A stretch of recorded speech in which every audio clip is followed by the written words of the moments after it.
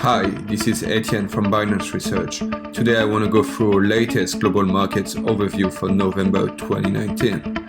In this edition, we included staking markets and analyzed the impact of margin trading on the depth of order books.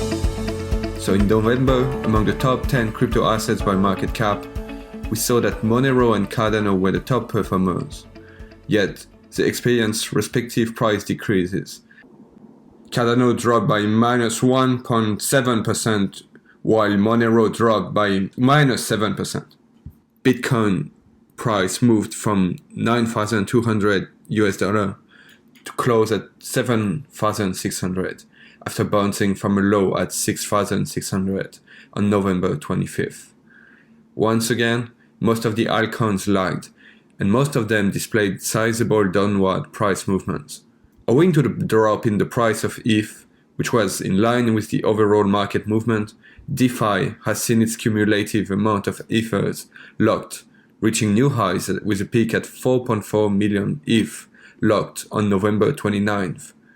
We also saw that Maker released the multi-collateral DAI, which operates side by side with the single collateral DAI.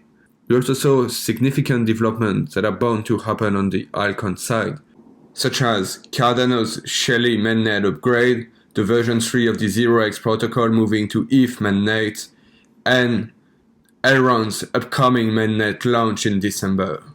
Binance Futures continued its meteoric growth, and the recent addition of a second perpetual contract on the platform, namely ETH USDT, could potentially foster supplemental trading opportunities for all crypto derivatives traders. Looking at Binance.com, there were two new asset listings in November 2019, Alpha Chain and Cortex, which followed their respective wins at the CommunityCon competitions. We also saw that BUSD continued its expansion, with 4 new base assets being added for trading: TRX BUSD, EOS BUSD, XLM BUSD, and ADA BUSD. Moving to the Binance DEX, the DEX displayed minor activity with only 4 new pairs being listed, and as of November 30th, 2019, Binance DEX had 117 pairs. Moving to derivatives market, we saw that the BTC USDT perpetual contract displayed a median daily volume of 920 million USD. As discussed last month, we still think that this situation is now the new normal, and we expect perpetual contract volume to remain higher than the spot market. Regarding borrowing and lending markets, there were 2 new assets that were added for margin trading: IOTA and Tezos.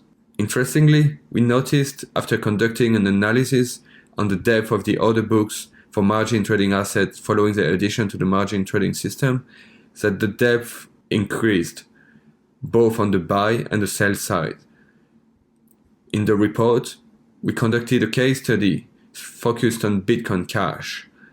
Bitcoin Cash was added for margin trading on August 22nd, 2019. Looking at the change in the depth of the bid and the ask quantities for different percentiles, we saw that the ask quantity did increase by roughly 50% from 4,000 to 6,000 BCH.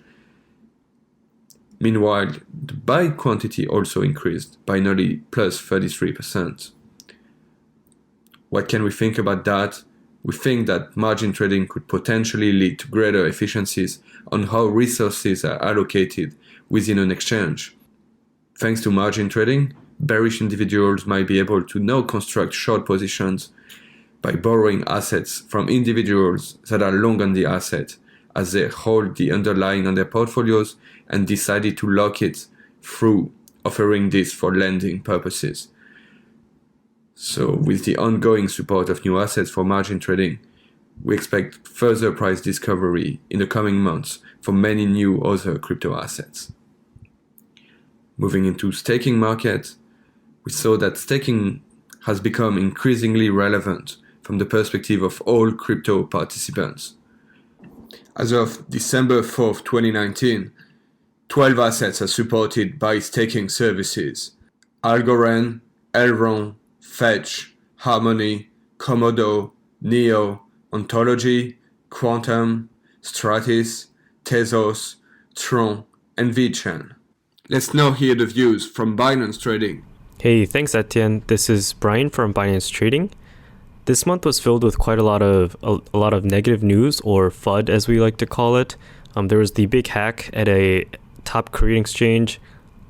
Multiple Chinese exchanges seem to be shutting down. And so this was not a very good month news-wise, and the price of Bitcoin seemed to reflect this, as Bitcoin dropped from 9,200 at the beginning of the month to as low as 6,600 at one point. One really interesting thing that did happen this month, though, was what seemed like a correlated increase in price for some past Launchpad tokens. It seemed to start at around November 25th, where some Launchpad tokens, they saw a fairly sharp rise in price, with Matic even doubling in price in the span of a few days. So what we decided to do was take a look at taker buy-sell ratio data from our exchange for Matic Network, Fetch AI, Elrond, Band Protocol, and Harmony to see if certain regions may have sort of spurred these rallies on. Long story short, we found little to no correlation, and the rallies in these tokens do not seem like a correlated effort. You can read the full report and see which tokens saw higher ratios in certain regions. For example, Matic saw a higher taker buy-sell ratio in East Asia and Western Europe during this time period, whereas the ratio was much lower in Eastern Europe, meaning Eastern Europe sold more in terms of taker orders. So please read the full report at research.binance.com for more information. Going into trade flows for our OTC desk, we did see slightly some more trades and quote requests for Launchpad tokens than usual, but it really wasn't anything too out of the ordinary. Along with Launchpad tokens, there was some more demand for privacy coins than we normally see. And as with last month, there were a high number of altcoin trades, which wasn't really unusual given the fluctuations in BTC that we saw. That's the end of this podcast. We hope to see you again next time.